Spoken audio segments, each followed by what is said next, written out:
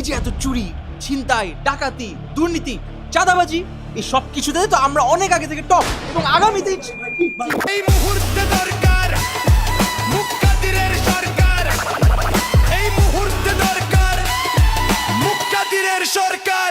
এলাকার ব্যবসায়ীদের থেকে পার্সেন্টেজ দাবি করা হয়, চাঁদা তোলা হয়। একবার আমাদেরকে ভোট দিয়ে দেখেন, ইনশাল্লাহ ইলেকশন শেষ হওয়ার আগ পর্যন্ত আমাদের ছেলেপেলেগুলো করবে না, তাই না? আমাদের দল নারীর অধিকার নিয়ে কাজ করবে, নারীর সুনিশ্চিত ক্ষমতা অধিকার করবে। এই তুই চিনোস আমারে? চিনোস? আমার সহযোদ্ধা ভাইদের গায়ে গুলি লাগবে কেন?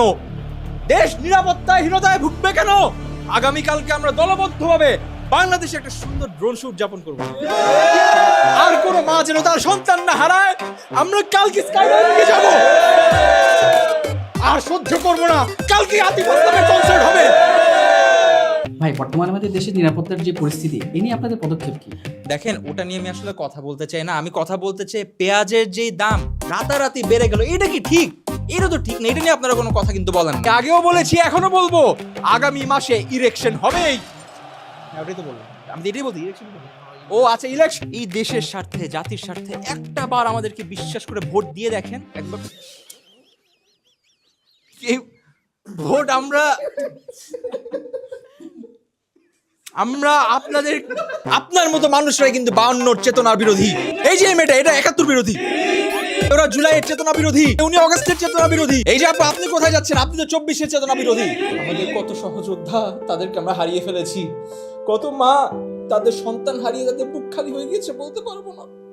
দেশে এরকম পরিস্থিতি শুধু ইলেকশন না, এটা আপনাদের ভোট আমাদের খুবই দরকার। প্লিজ ভোট দেবেন। বিরোধী দলের যদি আপনারা ইতিহাস ঘেটে দেখেন, অবাক হয়ে যাবেন। কি নোংরা রাজনীতি, কি দুর্নীতি। আপনাদের দলের কর্মীদের নামেও তো 120টা মামলা আছে। আপনারা অতীত নিয়ে পড়ে থাকলে হবে?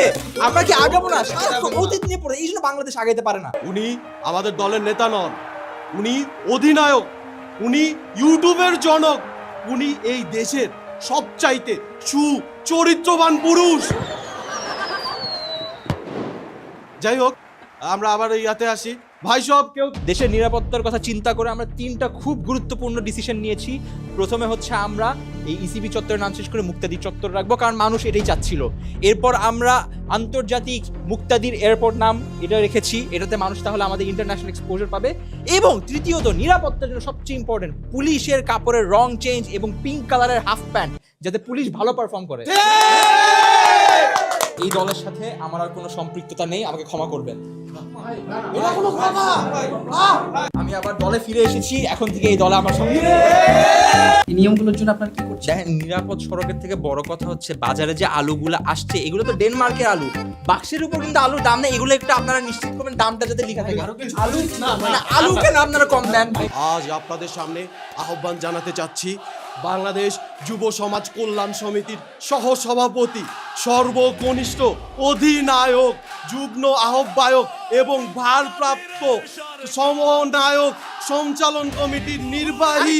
কি শব্দ এগুলো? কি বলতেছো তোমরা? আর তোমরা কি শুরু করছো এগুলো নিয়ে? এই মুহূর্তে দরকার মুক্তাদিরের সরকার, এই মুহূর্তে দরকার মুক্তাদিরের সরকার, এই মুহূর্তে দরকার মুক্তাদিরের সরকার, এই মুহূর্তে দরকার মুক্তাদিরের সরকার।